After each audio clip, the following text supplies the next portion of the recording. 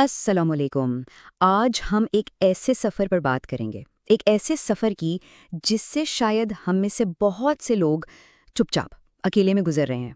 یہ سفر ہے مایوسی سے امید تک کا۔ کبھی ایسا محسوس ہوا ہے کہ آپ کے پاس سب کچھ ہے لیکن پھر بھی اندر سے کچھ خالی خالی سا ہے؟ یہ سوال بہت گہرا ہے اور آج ہم اسی احساس کی تہہ تک جانے کی کوشش کریں گے کہ آخر یہ ہے کیا چیز۔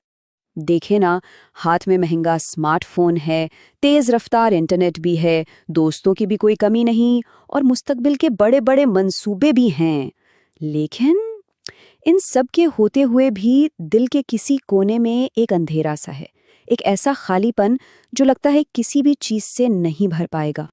اور یہ احساس ایسا ہے جیسے دماغ بالکل تھک کر چور ہو گیا ہے، دل کی جو روشنی تھی وہ بجھ سی گئی ہے اور زندگی بس گزر رہی ہے، آپ اسے جی نہیں رہے۔ اگر کسی کو بھی ایسا محسوس ہوتا ہے نا، تو یقین کیجئے وہ اس احساس میں اکیلے نہیں ہے۔ دراصل آج کل کی جو نوجوان نسل ہے نا، وہ ایک خاص کیفیت سے گزر رہی ہے۔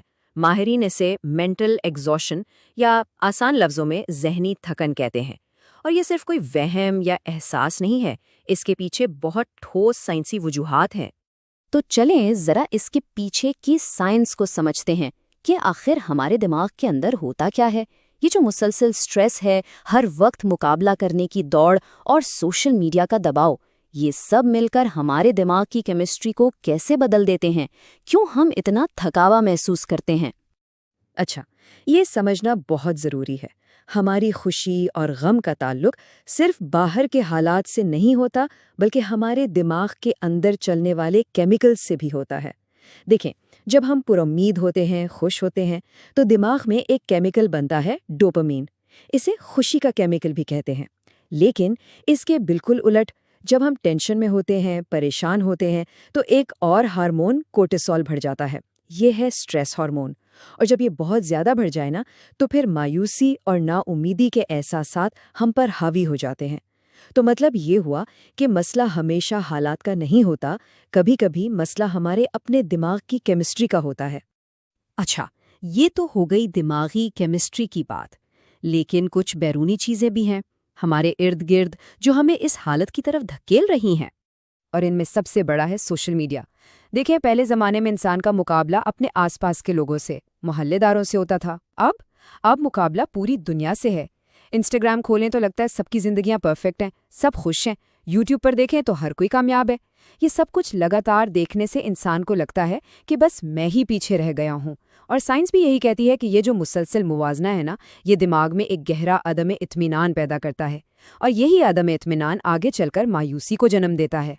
اور جب انسان ہر طرف سے تھک جاتا ہے، مایوس ہونے لگتا ہے، تب اللہ تعالیٰ قرآن میں ایک بہت ہی خوبصورت اور بہت ہی تسلی دینے والی بات فرماتا ہے، لا تقنطوا من رحمت اللہ کی رحمت سے مایوس نہ ہونا۔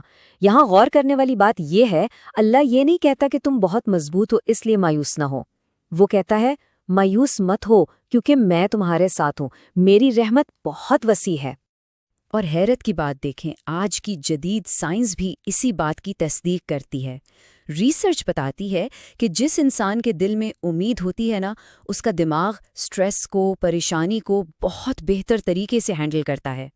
تو اس کا مطلب یہ ہوا کہ امید صرف کوئی مذہبی تصور نہیں ہے، بلکہ یہ ایک بہت بڑی ذہنی طاقت بھی ہے۔ دیکھیں، انسان صرف جسم اور دماغ سے نہیں بنا، اس کے اندر ایک دل ہے، ایک روح ہے، اور جب روح خالی ہوتی ہے نا، تو دماغ بھی تھک جاتا ہے۔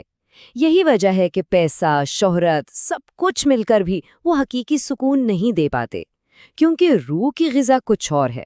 روح کی غذا ہے مقصد، معنی اور اللہ سے تعلق، اور اسی لیے قرآن کہتا ہے الا بذکر اللہ تطمئن القلوب، خبردار، جان لو، صرف اللہ کا ذکر ہی وہ چیز ہے جس سے دلوں کو سکون ملتا ہے۔ تو سوال یہ پیدا ہوتا ہے کہ اگر کوئی اس مایوسی کے چکر سے نکلنا چاہتا ہے تو آخر راستہ کیا ہے؟ تو آئیے اب ہم 5 ایسے عملی اقدامات پر بات کرتے ہیں جو امید کی طرف پہلا قدم ثابت ہو سکتے ہیں۔ تو اس مایوسی پر قابو پانے کے لیے یہ 5 قدم ہیں۔ پہلا قدم، اپنے جسم کا خیال رکھیں۔ جسم اللہ کی امانت ہے۔ پوری نیند لیں، تھوڑی سی واک شروع کریں، اور یہ جو ہر وقت اسکرین پر نظریں جمی رہتی ہیں، اسے تھوڑا کم کریں۔ دوسرا قدم، اپنے دماغ کو آرام دیں۔ ہر وقت دوسروں سے خود کا موازنہ کرنا اور مستقبل کی فضول فکریں کرنا، اسے کم کریں۔ تیسرا قدم، اپنے دل کو کوئی مقصد دیں۔ کوئی بھی ایسا کام، چھوٹا سا ہی صحیح، جو آپ کو لگے کہ بامانی ہے۔ چوتھا قدم، اپنی روح کو اس کی غذا دیں۔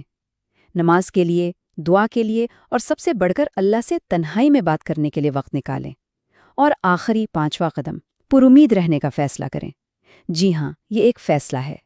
یاد رکھیں، امید صرف ایک احساس نہیں، یہ ایک انتخاب ہے۔ یہاں آ کر اکثر لوگ رک جاتے ہیں۔ انہیں لگتا ہے کہ اتنی ساری چیزیں ہیں، شروعات کیسے کریں؟ تو بس ایک بات یاد رکھیں، زندگی بدلنے کے لیے کسی بہت بڑی چھلانگ کی ضرورت نہیں ہوتی، صرف پہلے قدم کی ضرورت ہوتی ہے۔ اگر نمازیں چھوٹ رہی ہیں تو صرف ایک نماز سے شروع کریں۔ پڑھائی میں دل نہیں لگ رہا تو صرف 15 منٹ سے شروع کریں۔ اکثر یہ پہلا چھوٹا سا قدم ہی امید کی سب سے بڑی کرن بن جاتا ہے۔ اس لیے اگر کوئی مایوس ہے، تھک گیا ہے، تو وہ یہ یاد رکھے کہ دماغ بدل سکتا ہے، عادتیں بدل سکتی ہیں، حالات بدل سکتے ہیں، اور جب اللہ چاہے تو تقدیر بھی بدل سکتی ہے۔ بس اللہ کی رحمت سے کبھی مایوس نہ ہوں۔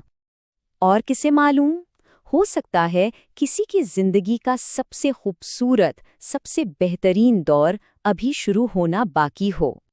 اللہ ہم سب کو مایوسی کے اندھیروں سے نکال کر اپنی رحمت اور امید کی روشنی عطا فرمائے، آمین۔ السلام علیکم۔ اگر اس گفتگو نے آپ کے دل کو چھوا ہو تو اسے لائک ضرور کریں، اور اسے کسی ایسے دوست کے ساتھ، کسی ایسے عزیز کے ساتھ لازمی شیئر کریں جسے شاید ان الفاظ کی ضرورت ہو۔ اور ہمارے اس سفر میں ساتھ رہنے کے لیے اس چینل کو سبسکرائب کریں۔ یاد رکھیے گا، کبھی کبھی امید کا ایک جملہ بھی کسی کی پوری زندگی بدل سکتا ہے۔